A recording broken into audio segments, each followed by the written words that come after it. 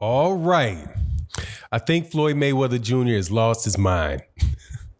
Man, I'm a big fan of Gervonta Davis, but I do not get this move to pay-per-view that Floyd Mayweather Jr. and Promotions and through Leonard Ellerbe, the CEO of Mayweather Promotions, is talking about for Gervonta Davis in his next fight.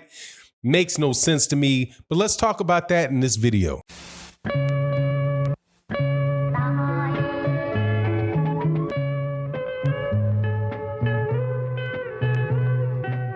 All right, welcome back to the channel, subscribers. If you are not subscribed, please subscribe and hit the bell icon so you can be notified of when we release more videos. Also, much love to everybody for all their support on the Patreon, everybody for your support in the live streams that we do Monday through Friday, and OG Boxing Talk on Sunday mornings, 8 a.m. Central Standard Time with my co-host Blood Boxing, KQKC, Trap House Boxing, and the boxing historian, Curtis Anderson. Now, please, again, forgive me for the last several days and the videos I did on Friday of last week. I'm still a little bit under the weather, so I've got some stuff coming out on the Patreon. It's just running a little bit behind because I've been a little sick, but we fighting through it. This is Monday. We're going to talk about Gervonta Davis and this pay-per-view. Look, man, Gervonta Davis took a lot of heat last week for his performance against Yuriokas Gamboa. I personally don't understand it. But people said that he was running out of gas, that he was exposed by this older fighter in Yuriokas Gamboa. Some people said he looked confused. Man, I've watched that fight 3 times, and actually on the Patreon, I'm gonna cover it on rewatch, so you get a chance to check out excerpts of it there, and I'm gonna talk about it round by round. But look, man, I didn't see any of this stuff that people are talking about with Gervonta Davis. The chance that maybe he could have got a little winded at in the middle rounds. I mean, I guess that's a chance. Maybe there's some validity to that. But, all in all, man, he beat up Yuriokas Gamboa. Yuriokas Gamboa hardly laid a finger on him. And, he looked as good as ever to me. But, people, you got harsh critics out there in the world. And, hey, man, it's part of the game. So you got to live with it. So I could see people trying to knock a little bit the shine off of him. But what came out of the fight, as far as like the viewership numbers and all that stuff came out, they were the highest that they've ever been. I think he did somewhere around 700,000 views on Showtime, which is, for Showtime, that's good numbers. There's only like 2 people that get higher numbers than that on Showtime, and that was Deontay Wilder and Errol Spence Jr. Both Deontay Wilder and Errol Spence Jr. are now pay-per-view fighters, and whose pay-per-views are doing well over there on Fox. So I could see why the temptation would be there for them to move Gervonta Davis to pay-per-view. Now, the ticket sales for Gervonta Davis have also been excellent, from what I understand. I think that he's now sold out arenas in 4 different cities and in different parts of the country. So the guy clearly has he has broad appeal across the country. So I guess that would be, something that could lead you to believe that this should be, that you could take that next step with him, the pay-per-view. My thing is this, though. I don't really recall there being lightweights that are holding pay-per-view cards down. Now, I know that maybe a Julio Cesar Chavez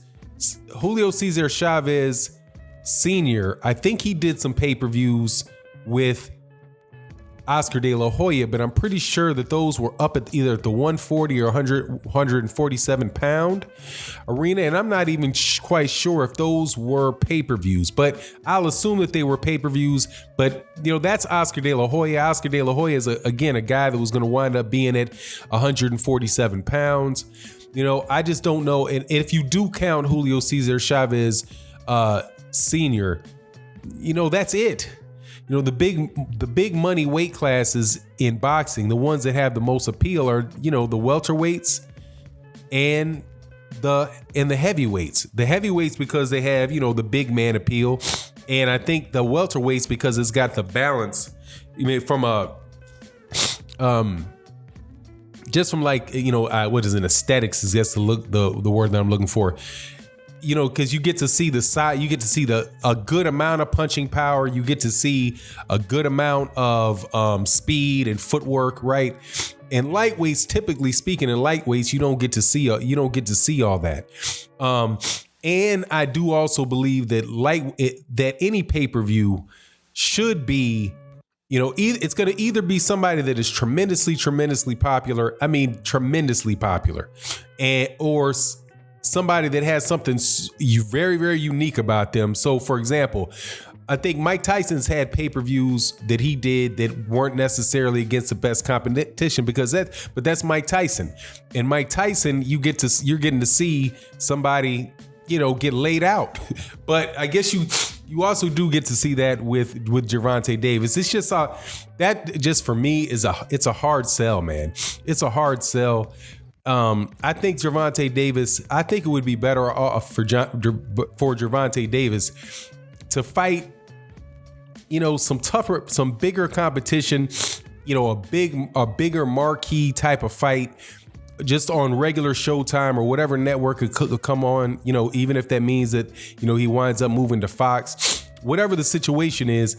I would rather see him fight one of these top-notch, a top-notch fight before he tries to go off and do pay-per-view. For one, the reason that I say that is because, I'm a Gervonta Davis fan, and I wouldn't want him to go on to pay-per-view and then pull a Bud Crawford on pay-per-view. There's a lot of pay-per-views that took place with HBO where, pretty much the reason that they're putting these guys on pay-per-view is so that they could cover their costs, examples of that are Gennady Golovkin, put Gennady Golovkin on pay-per-view for some reason, and that was just, a way to offset the cost for HBO. You had Terrence Crawford versus, who was that? The original one. I think that might have been versus Postal, where I think that has to be one of the most abysmal performances on a pay-per-view ever. Terrence Crawford versus Victor Postal that did like 50,000 pay-per-view buys. There are some situations where pay-per-views have really, really, really tanked. I don't think that would be the issue with Tank. Pardon the pun. I don't think Tank will tank like that. But I don't really see it doing as well as an Errol Spence pay-per-view or a Deontay Wilder pay-per-view. Definitely not like the Manny Pacquiao pay-per-view. I just think he's got more actual work to put in. To put in inside the ring, what he's done outside the ring, or what in the promotion that Leonard Ellerbe and these guys are doing, obviously, man, is doing something, because, I wouldn't have expected for him to be able to sell out 4 different arenas. And I think, where was he selling? He sold out in LA, in Atlanta, in Baltimore, and I think maybe in New York. But man, I would not have thought that Gervonta Davis would have pulled that off. So maybe I could be wrong. But look, if he's going to do the pay-per-view, just assume, because, Floyd Mayweather ain't about to listen to me. So, if their idea is that that's what they're going to do, then they need to make sure that that's a real fight that they put on pay-per-view, man.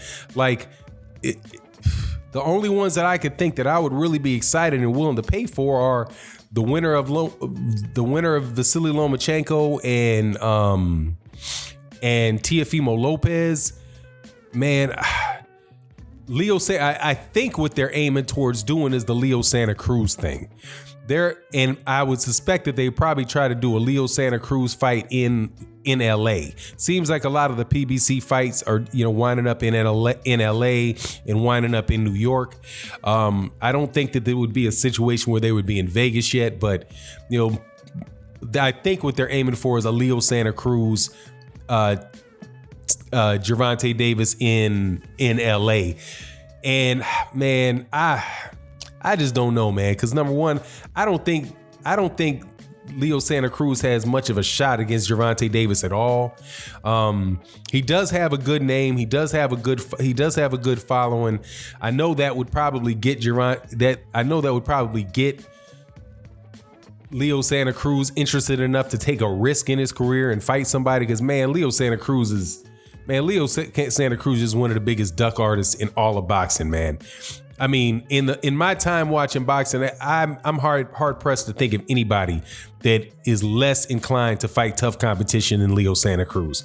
But hey, man, maybe a big payday, towards the end of his career will actually get him to put that head, to get him to put his head on a platter for Gervonta Davis and serve it up. But anything short of anything short of the lightweight with Lomachenko, Teofimo Lopez winner, I wouldn't really want to pay for it. But he's not going to listen to me. You let me know what you think in the comment section. And with that, we're out. Peace.